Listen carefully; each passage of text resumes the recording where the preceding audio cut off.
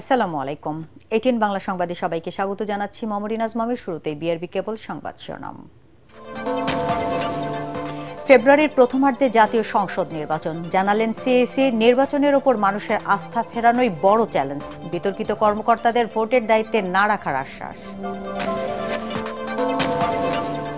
মানুষ সব ক্ষেত্রে ইতিবাচক পরিবর্তন দেখতে চায়। বিএনপিকে দেশবাসীর সেই আকাঙ্ক্ষা পূরণ করতে হবে। ড্যাব সম্মেলনে তারেক রহমান। 18টি রাজনৈতিক দলের সঙ্গে মতবিনিময়। আবারও ভাঙল জাতীয় পার্টি, জিএম কাদেরকে বাদ দিয়ে নতুন কমিটি গঠন। চেয়ারম্যান আনিসুল ইসলাম মাহমুদ এবং মহাসচিব রুহুল আমিন হাওলাদার, নির্বাহী চেয়ারম্যান চুন্নু। এবং ঢাকা বিশ্ববিদ্যালয় ক্যাম্পাসে ছাত্র রাজনীতির বিষয়ে কর্তৃপক্ষের অবস্থান স্পষ্ট করার দাবি ছাত্র সংগঠনগুলোর। পরিকল্পিতভাবে মব তৈরির অভিযোগ ছাত্রদলের। শুনছিলেন বিআরবি কেবল সংবাদ শিরোনাম, এবার বিস্তারিত। আগামী ফেব্রুয়ারির প্রথমার্ধেই ত্রয়োদশ জাতীয় সংসদ নির্বাচন অনুষ্ঠিত হবে বলে জানিয়েছেন প্রধান নির্বাচন কমিশনার এএমএম নাসির উদ্দিন। আসন্ন নির্বাচন নিয়ে রংপুর বিভাগের 8 জেলার পুলিশ সুপার, জেলা প্রশাসক সহ ঊর্ধ্বতন কর্মকর্তাদের সঙ্গে বৈঠক শেষে গণমাধ্যমকে একথা জানান তিনি। সিএসি বলেন, নির্বাচনের ওপর এখন জনগণের আস্থা ফেরানো কমিশনের সবচেয়ে বড় চ্যালেঞ্জ। একই সাথে বিতর্কিত কর্মকর্তাদের ভবিষ্যতের ভোটে দায়িত্ব না দেওয়ার চেষ্টা করছে নির্বাচন কমিশন বলেও জানান তিনি। রংপুর থেকে মাহবুবুল ইসলামের রিপোর্ট, আর জানাচ্ছেন জাহিদুল আলম। রংপুরে 8 জেলা নির্বাচনী কর্মকর্তাদের সাথে মতবিনিময় সভা করেন প্রধান নির্বাচন কমিশনার এএমএম নাসির উদ্দিন। পরে সাংবাদিকদের সাথে কথা বলেন সিএসি। এ সময় তিনি জানান, 2026 সালের ফেব্রুয়ারি মাসের প্রথমার্ধে অনুষ্ঠিত হবে ত্রয়োদশ জাতীয় সংসদ নির্বাচন। এ সময় আসন্ন নির্বাচনে কাউকে বিশৃঙ্খলা সৃষ্টি করতে দেয়া হবে না বলেও জানান প্রধান নির্বাচন কমিশনার। বিশৃঙ্খলা করার সুযোগই তো থাকবে না, বিশৃঙ্খলা করতে দেওয়া হবে না, নাম্বার 1। আর এমনি ইচ্ছা করলো কেউ একদম ইলেকশন কনস্টিটিউয়েন্সি ক্যান্সেল করে দেন এমন তো না, প্রপার তদন্ত হবে তো। এর আগে মতবিনিময় সভায় প্রধান নির্বাচন কমিশনার বলেন, নির্বাচনের উপর মানুষের আস্থা ফেরানোই নির্বাচন কমিশনের সবচেয়ে বড় চ্যালেঞ্জ। মানুষের আস্থাটা নষ্ট হয়ে গেছে টোটালি। এই মানুষকে দোষ দিয়ে লাভ নেই। মানুষ তো দেখেছে যে এখানে প্রপারলি কাজ করে নাই কেউ। সুতরাং এই যে একটা আস্থা ফিরিয়ে আনা, এটা একটা সবচেয়ে বড় চ্যালেঞ্জ হয়ে দাঁড়িয়েছে আমাদের জন্য।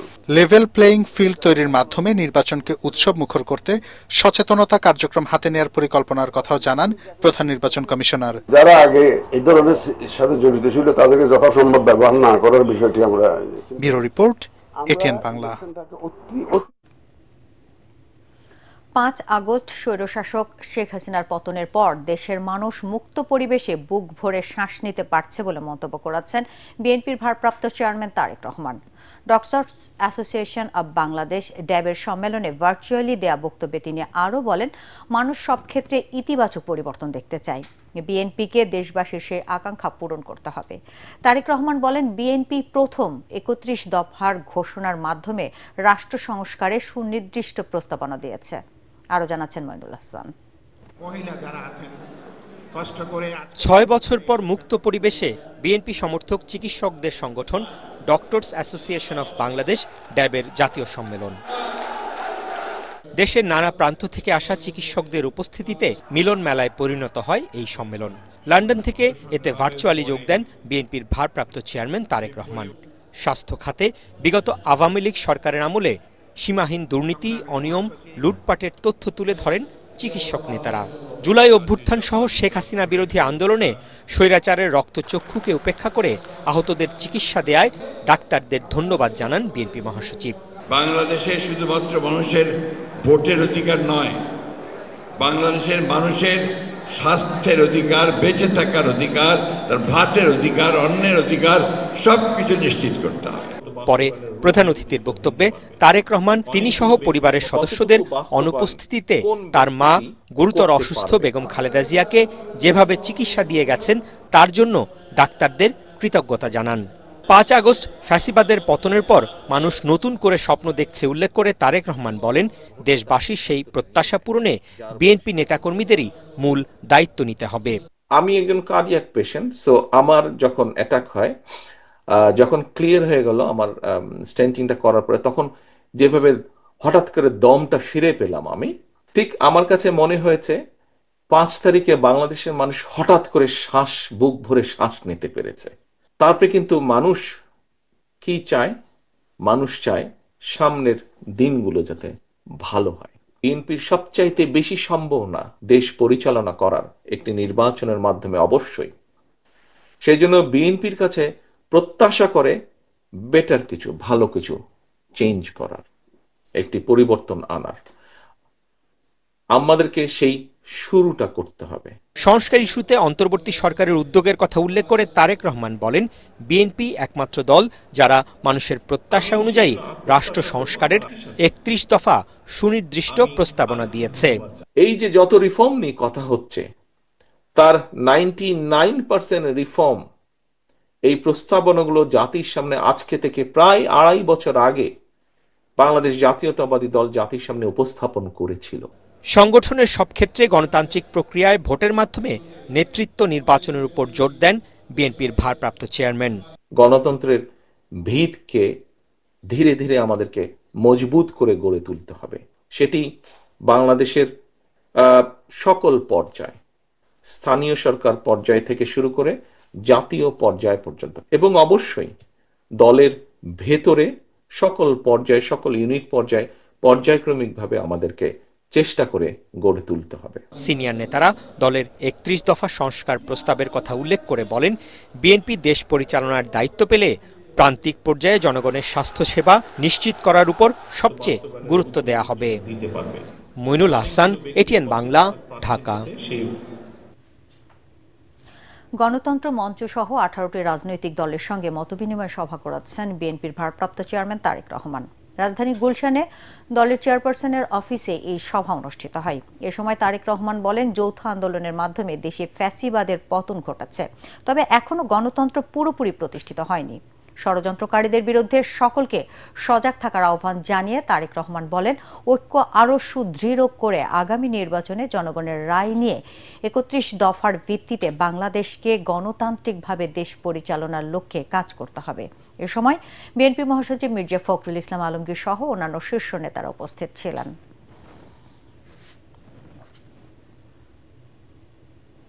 রাজধানী নিউ মার্কেট থেকে বিপুল পরিমাণ দেশীয় অস্ত্র জব্দ করেছে বাংলাদেশ সেনাবাহিনী। এছাড়া এখন পর্যন্ত মোহাম্মদপুর এলাকা থেকে 306টি আগ্নেয়াস্ত্র উদ্ধার করা হয়েছে। শনিবার রাতে সরোয়ার্দী মেডিকেল কলেজ হাসপাতাল সেনা ক্যাম্পে এক সংবাদ সম্মেলনে সেনাবাহিনীর পক্ষ থেকে এসব তথ্য জানানো হয়। এ সময় সেনাবাহিনীর পক্ষে 23 ইস্ট বেঙ্গল রেজিমেন্টের অধিনায়ক লেফটেন্যান্ট কর্নেল নাজিম আহমেদ বলেন, নিউ মার্কেটের 3টি দোকানের গোপন স্থান থেকে এগুলো জব্দ করা হয়েছে। এর সাথে জড়িত 9 জনকে গ্রেফতার করা হয়। এগুলো বিভিন্ন সন্ত্রাসী গোষ্ঠী ব্যবহার করে থাকে বলেও জানান তিনি। কিশোর গ্যাংয়ের কার্যকলাপ বন্ধে এ ধরনের অস্ত্র উদ্ধার অভিযান চলবে বলেও জানান তিনি। ব্যবসায়ীদের এসব অস্ত্র বিক্রি বন্ধের অনুরোধ জানিয়ে জনগণকে সচেতন থাকার আহ্বান জানান তিনি।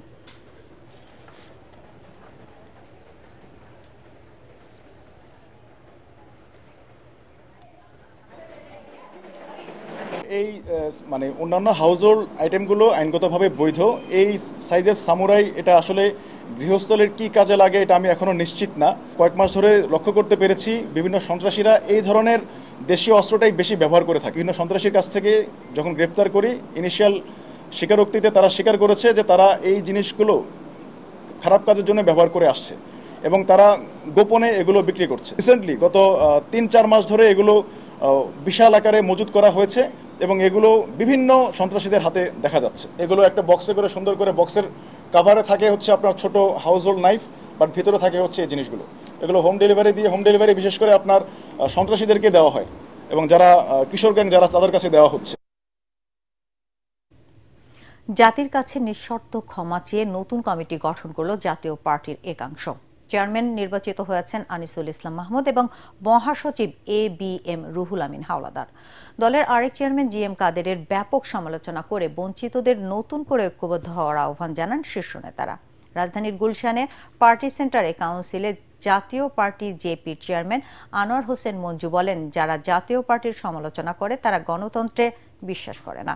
আর নিরপেক্ষ নির্বাচন আয়োজনে অন্তর্বর্তী সরকারকে সব দলকে নিয়ে বসার আহ্বান জানিয়েছেন আরেক নেতা আনিসুল ইসলাম মাহমুদ। আদ্দিন সজীবের রিপোর্ট।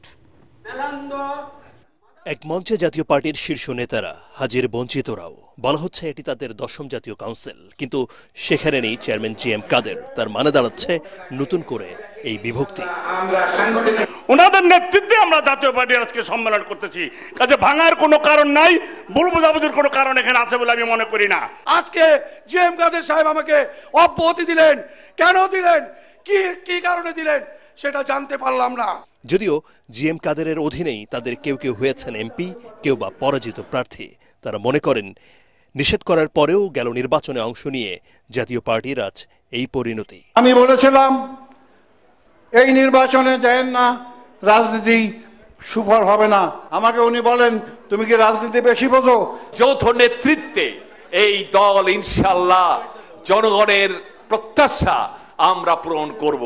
জাতীয় পার্টি অন্যায় করেছে মন্তব্য করে দেশবাসীর কাছে নিঃশর্ত ক্ষমা চেয়েছেন শীর্ষ নেতারা। অন্যায় 100 বার হয়েছে, আসাটাই অন্যায় হয়েছে, আমরা ক্ষমা চাই।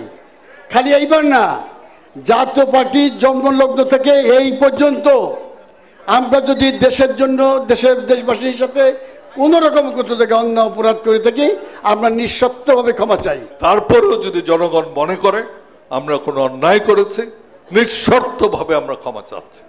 নির্বাচনকে যদি আজকে নিরপেক্ষ করতে হয়, আমি মনে করি বিভক্তির রাজনীতি বাদ দিয়ে, বিভাজনের রাজনীতি বাদ দিয়ে আজকে সরকারকে সবাইকে নিয়ে একসাথে বসতে হবে। এ সময় জাতীয় পার্টি জেপির চেয়ারম্যান আনোয়ার হোসেন মঞ্জু বলেন, দেশের মানুষের স্বস্তির জন্য নির্ভয় সমাজ ব্যবস্থা উপহার দিতে কাজ করতে হবে ঐক্যবদ্ধভাবে। আমরা যারা উদার গণতান্ত্রিক সমাজ ব্যবস্থায় বিশ্বাস করি, আমাদেরকে সচেতন হতে হবে। সেখানে জাতীয় পার্টি তার ভূমিকা রাখবে। এরপর আনিসুল ইসলাম মাহমুদকে জাতীয় পার্টির এই অংশের চেয়ারম্যান, রুহুল আমিন হাওলাদারকে মহাসচিব এবং কাজী ফিরোজ রশিদকে সিনিয়র কো চেয়ারম্যান নির্বাচিত করা হয়। আগামী 15 দিনের মধ্যে পূর্ণাঙ্গ কমিটি ঘোষণার কথা।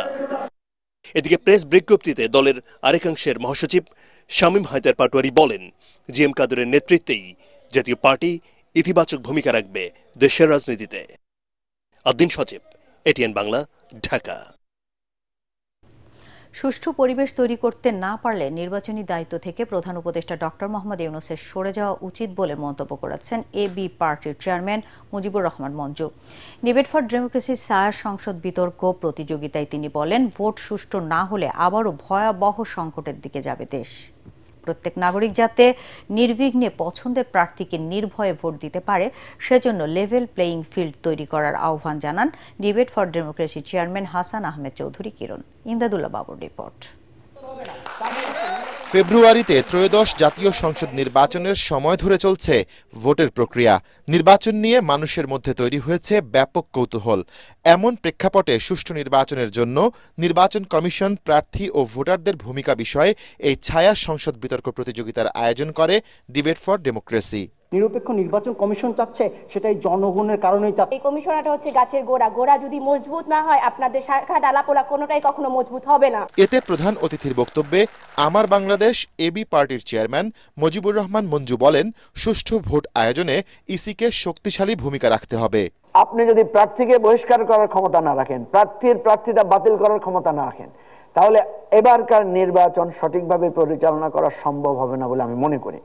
সুতরাং আমার স্পষ্ট কথা, আমাদের নির্বাচন যদি সুষ্ঠু না হয়, আজকে যারা বলছেন নির্বাচন হলে সমস্যার সমাধান হবে, না, নির্বাচন যদি সুষ্ঠু না হয় ভয়াবহ আরেকটা সংকটের দিকে আমাদেরকে নিয়ে যাবে।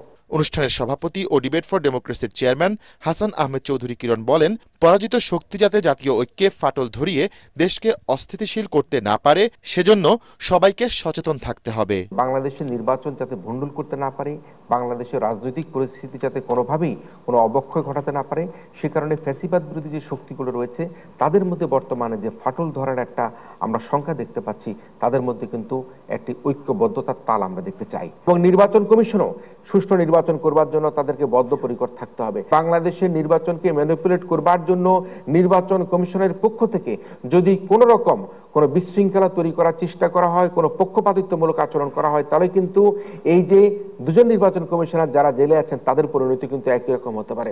দেশের স্বার্থে ছাড় দিয়ে হলেও জুলাই সনদে সব দলকে সই করার আহ্বান জানান তারা। দেশের স্বার্থে, গণতন্ত্রের স্বার্থে, জাতীয় স্বার্থে সব পক্ষ এক হয়ে এই জুলাই সনদে স্বাক্ষর করবে, জাতীয় নির্বাচনের পথ তারা তৈরি করবে।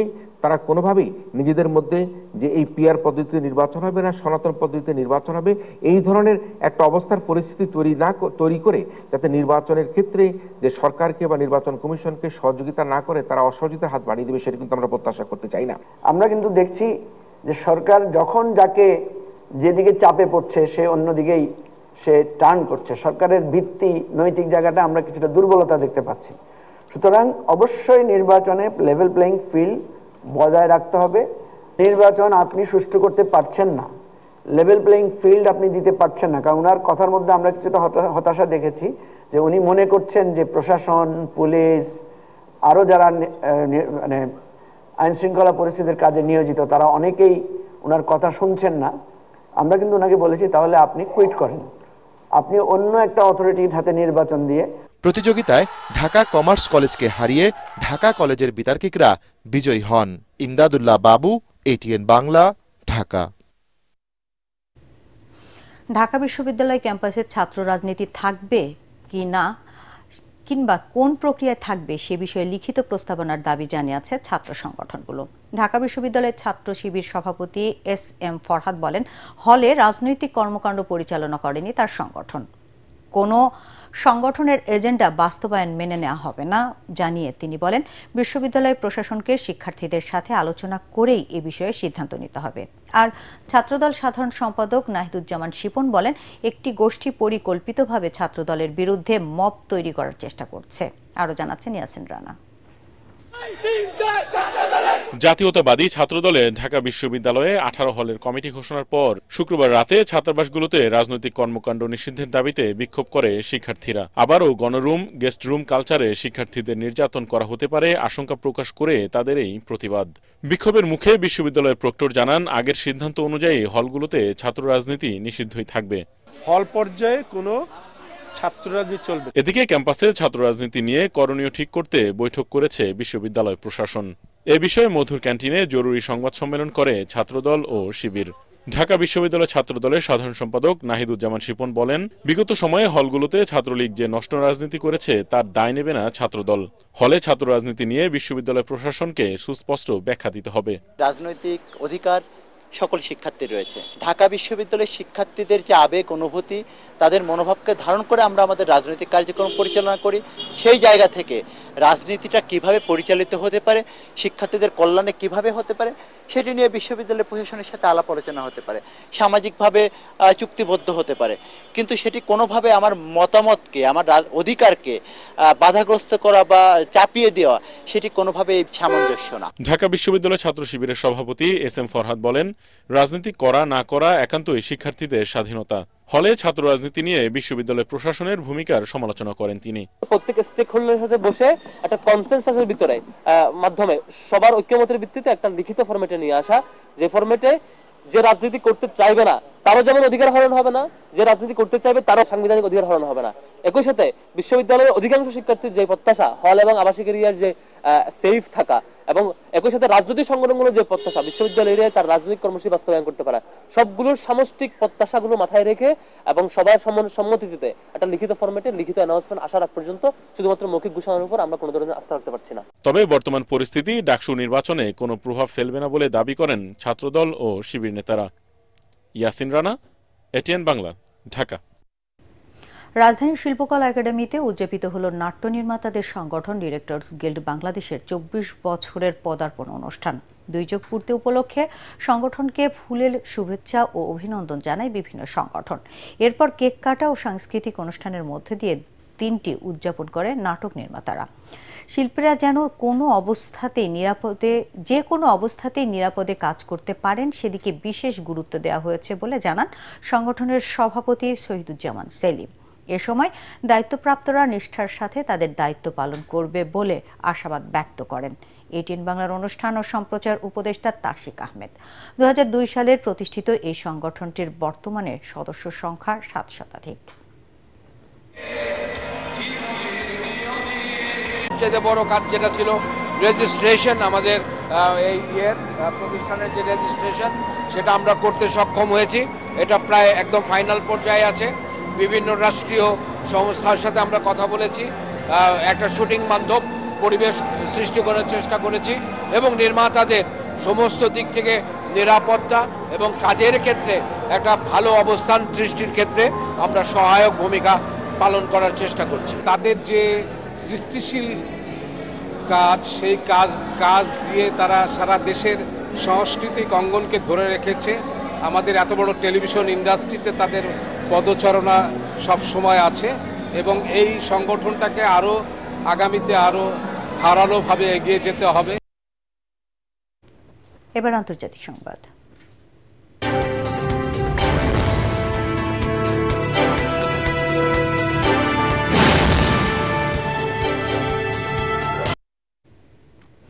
অবশেষে বৈরিতাকে পেছনে ফেলে ঐতিহাসিক শান্তি চুক্তি স্বাক্ষর করল আর্মেনিয়া ও আজারবাইজান। মার্কিন প্রেসিডেন্ট ডোনাল্ড ট্রাম্পের মধ্যস্থতায় হোয়াইট হাউসে এই চুক্তি স্বাক্ষর হয়। শান্তি চুক্তি স্বাক্ষর অনুষ্ঠানে উপস্থিত ছিলেন আজারবাইজানের প্রেসিডেন্ট ইলহাম আলিয়েভ এবং আর্মেনিয়ার প্রধানমন্ত্রী নিকোল পাশিনিয়ান। এর মধ্য দিয়ে দুই দেশের কয়েক দশকের সংঘাতের অবসান এবং দীর্ঘস্থায়ী মিত্রতা তৈরি হবে বলে প্রত্যাশা কথা জানান মার্কিন প্রেসিডেন্ট। এ সময় তিনি আর্মেনিয়া ও আজারবাইজানের সব ধরনের যুদ্ধ চিরতরের বন্ধের পাশাপাশি ভ্রমণ বাণিজ্য ও কূটনৈতিক সম্পর্ক স্থাপনের প্রতিশ্রুতি দেন। শান্তি চুক্তির পাশাপাশি দুই দেশ করিডোর ও বাণিজ্য ইস্যুতে আলাদা চুক্তি স্বাক্ষর করে। এবার খেলার খবর।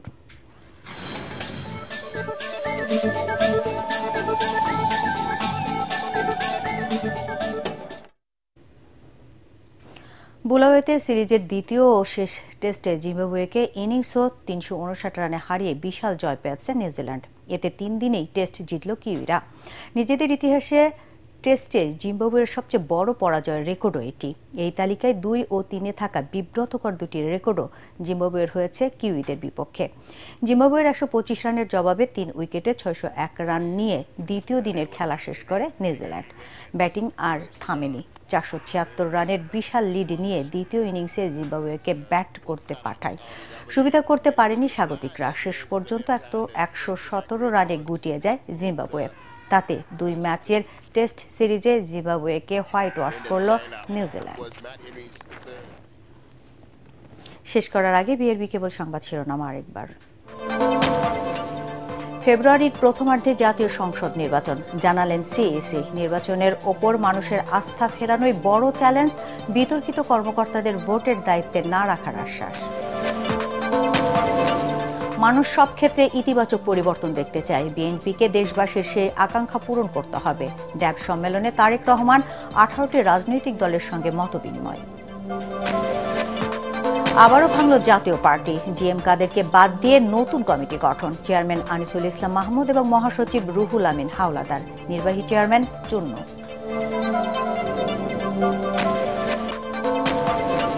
এবং ঢাকা বিশ্ববিদ্যালয় ক্যাম্পাসে ছাত্র রাজনীতির বিষয়ে কর্তৃপক্ষের অবস্থান স্পষ্ট করার দাবি ছাত্র সংগঠনগুলোর। পরিকল্পিতভাবে মব তৈরির অভিযোগ ছাত্রদলের।